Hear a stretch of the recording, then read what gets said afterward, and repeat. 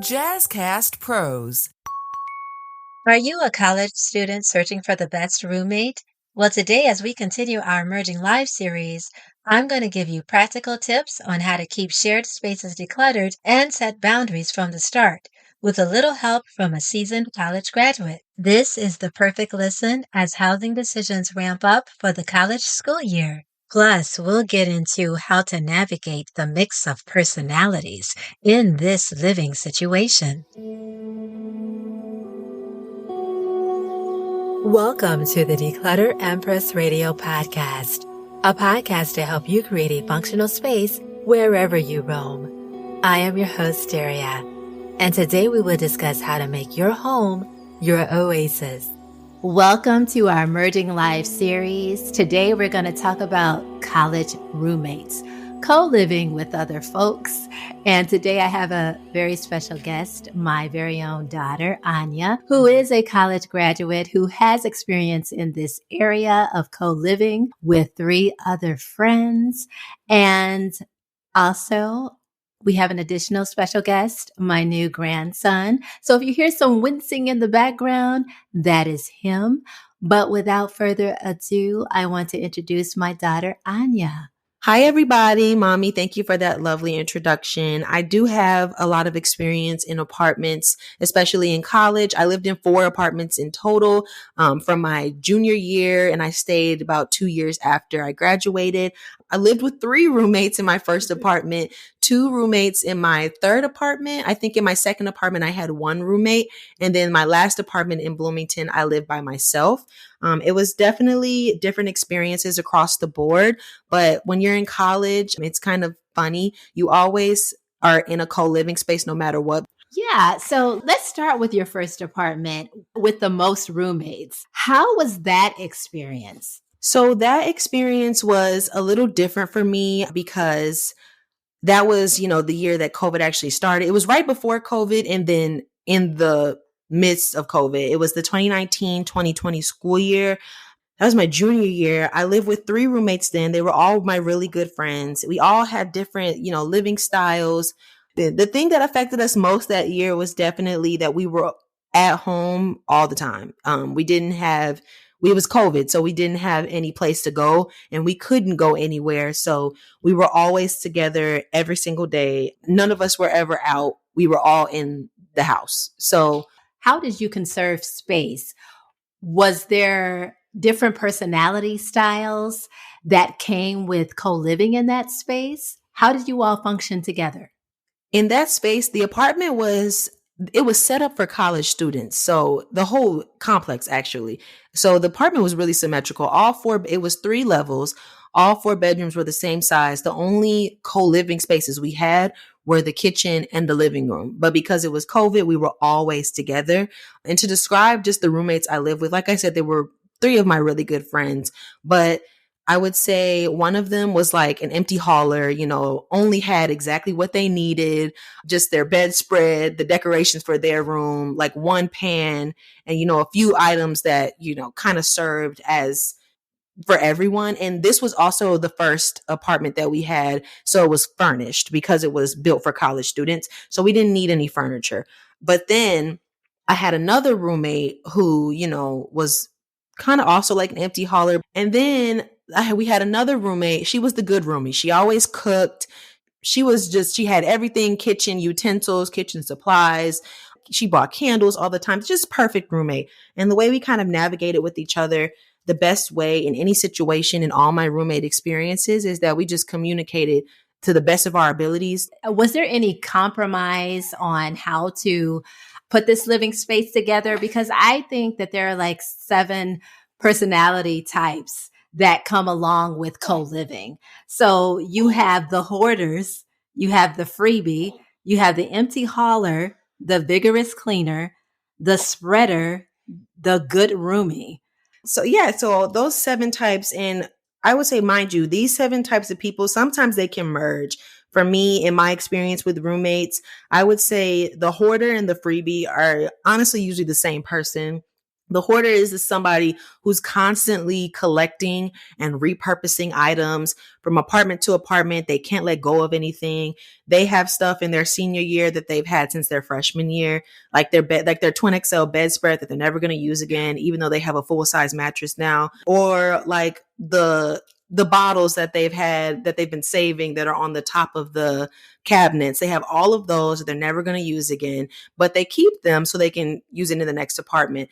And usually with the freebie, that person for me is someone who collects everything that's free on campus. If you've been to college, or even if you just had a tour of a campus or visited somebody in college, you know that you can get free stuff on a college campus. There's always a table, a tent, passing out some wristband, passing out some ribbon, passing out water bottles, just anything that you can get for free.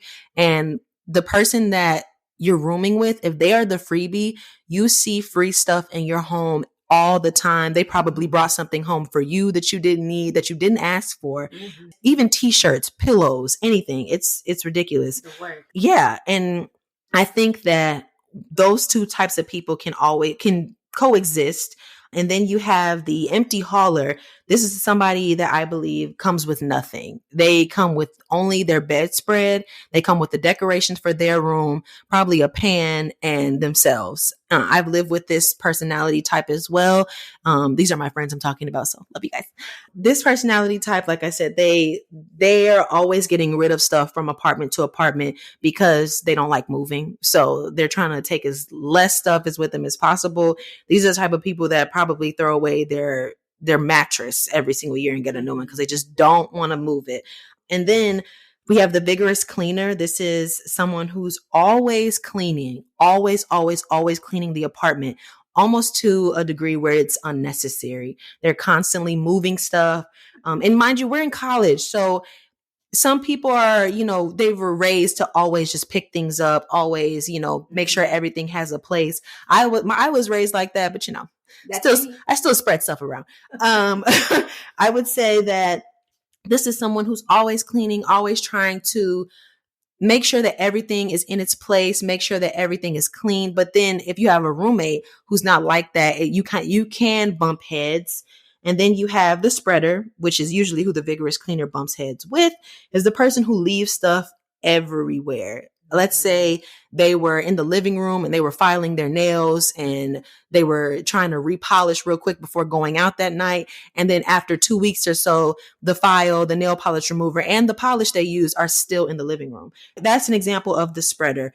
And I will admit that I had some spreader tendencies because I was constantly leaving stuff everywhere in the apartment until it got annoying to me when somebody else did it. And then you have the good roomie. The good roomie is the person who is not the vigorous cleaner. They're cleaning, but they're cleaning with a sense of, just being casual about it. Yeah.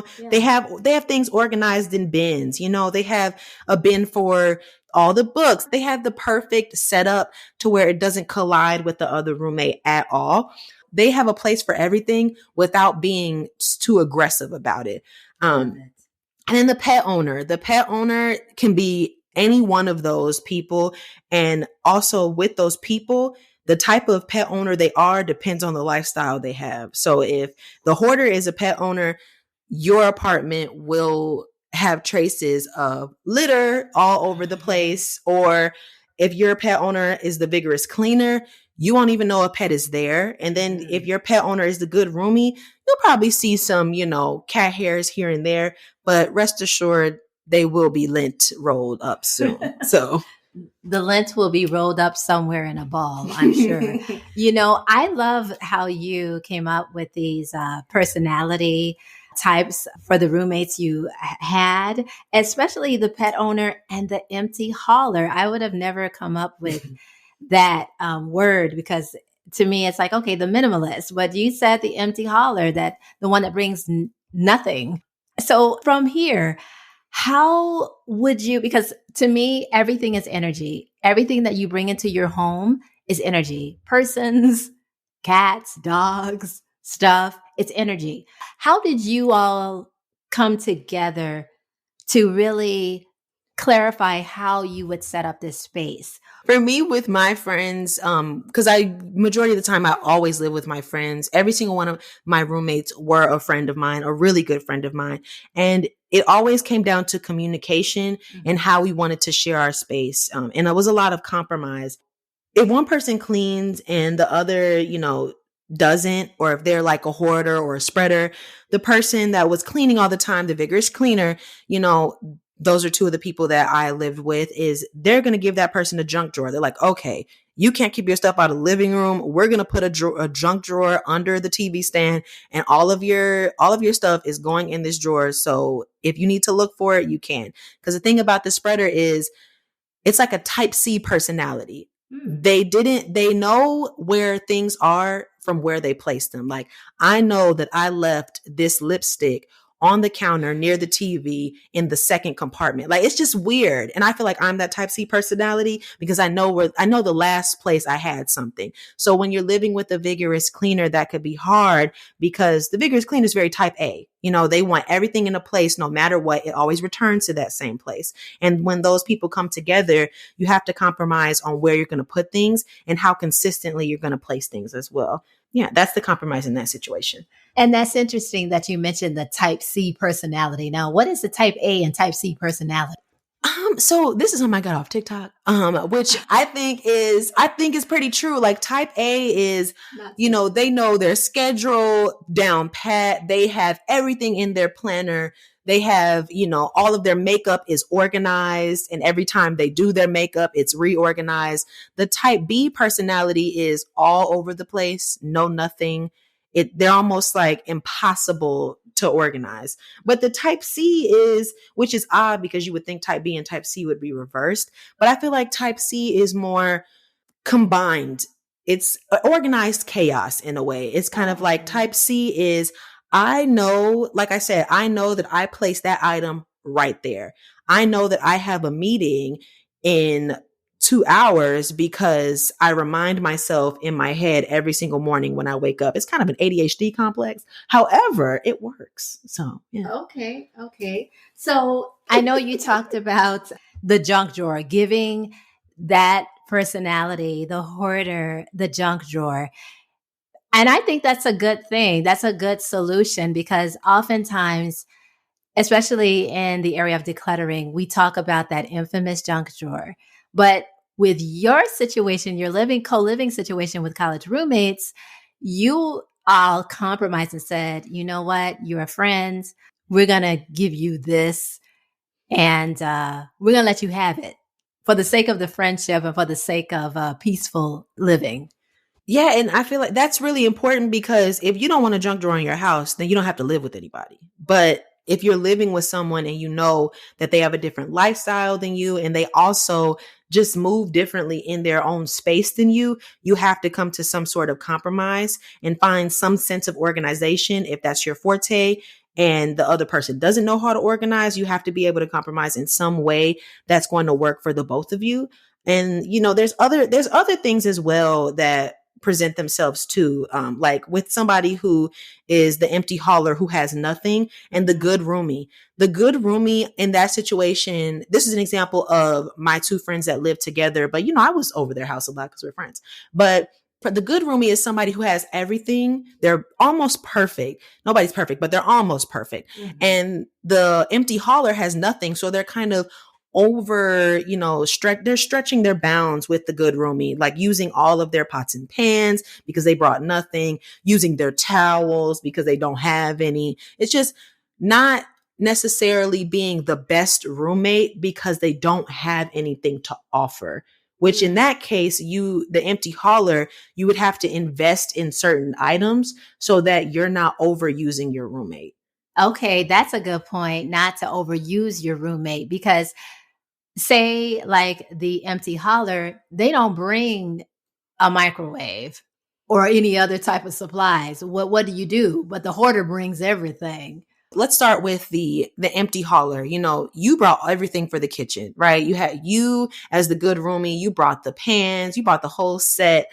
You brought the microwave, you brought the toaster, you brought the coffee machine, but the empty hauler, brought the 2 forks and knives they had because all they made was Meerschaum noodles. I think that in that situation, I think in that situation, it's usually advantageous for roommates because now that person knows I don't have to get rid of, the good roomie knows I don't have to get rid of anything, but the empty hauler is like, great, I don't have to buy anything yet, at least.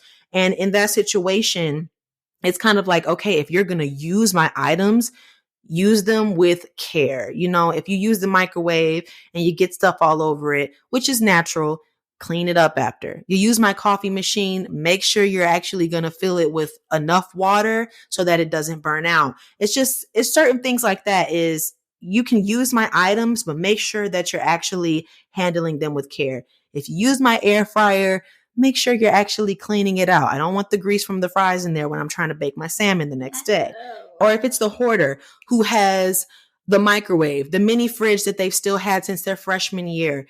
We don't need a mini fridge in this apartment. This apartment has a full fridge. Go ahead and sell it on Facebook Marketplace because it's not going to be in our shared space unless you want it in your room for snacks.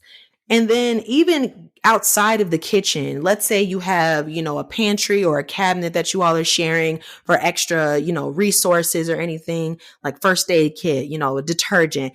If the hoarder has 30 soaps that they bought from the Bath and Body Works sale, then you're going to need to get rid of certain things. You can't, or you're going to have to figure out a way to put them in your space. Because when you're living in an apartment together, your space is your room. Who cares what's going on in your room? I don't care. I'm not sleeping there. But in our living room, in our kitchen, in our supply closet, you can't overcrowd the space with just your stuff because the other person lives there too. Even if the other person doesn't have anything that goes in those shared spaces, they might just not want to look at all your stuff, and you have to respect that. So what I'm hearing is respect the common areas, like the living room, the bathroom, the kitchen. But as far as what you do with your own space, that's your own affair. Yeah. And luckily for me, and this is not the case for everyone, I did not have to share a bathroom in any of my apartments. I always had my own restroom in every single apartment that I lived in. Like I said, the apartments I lived in were usually set up for college living. So we all had our own bathroom. We did have one half bath that was for guests, but we genuinely kept that up because it was for guests. And in other spaces, when we had a pet, it became the pet's bathroom. And our guests, and whoever's guest it was, just used the bathroom that was there. So what do you do about the duplicate items? Like you have that roommate that can't let go of their favorite NutriBullet or Keurig machine, that coffee machine. What do you do about that? Because you do need to conserve some counter space. What do you do in that situation? Have you had that experience? I would say because my roommates were pretty consistent. These are all my good friends. So we knew each other from when we started living in apartments to when we left Bloomington. I think, and all of us kind of rotated who we lived with too. Yeah. So pretty much knew what kind of appliances that person had or appliances this person had. So that was never an issue. Yeah. However, I will say in situations with someone who did, like, let's say, in one apartment, my friend had an electric can opener. I'm old school. I don't need an electric can opener. I had the regular one. Yeah. And she would bring it out sometimes for us to use. And I'm just like, I'm not about to do this. If you want to use the electric can opener, you can. And it wasn't a issue for storing it. But it's like, if you can use your stuff, I can use my stuff.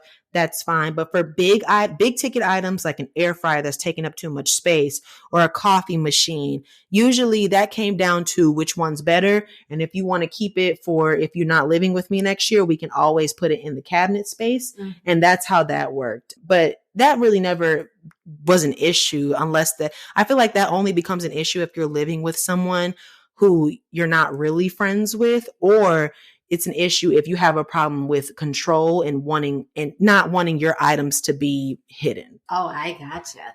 And I think what you just said, and this is totally regarding compromise, put one of the duplicate items up and then just use the better quality one on the counter to take up space. Because, I think that's a good solution. You know how you have these cabinets that are so high up, unless you're 10 feet tall and can reach them, that's a good place to store that duplicate item. So the person won't feel bad that, oh my gosh, you wanted me to get rid of my stuff, but you can keep yours. At least they know it's there. So in the event, at the end of the school year, you move, that person won't feel slighted.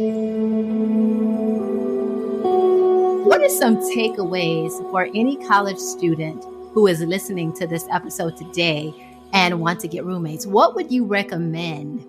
Well, the first takeaway is if you are not willing to compromise, you need to live solo. That's just number one. Or if you just have the roommate and you want to have a discussion before you move in, if you plan on doing that, have that discussion. I think that would have been advantageous for me to do before I moved in with, some of my friends.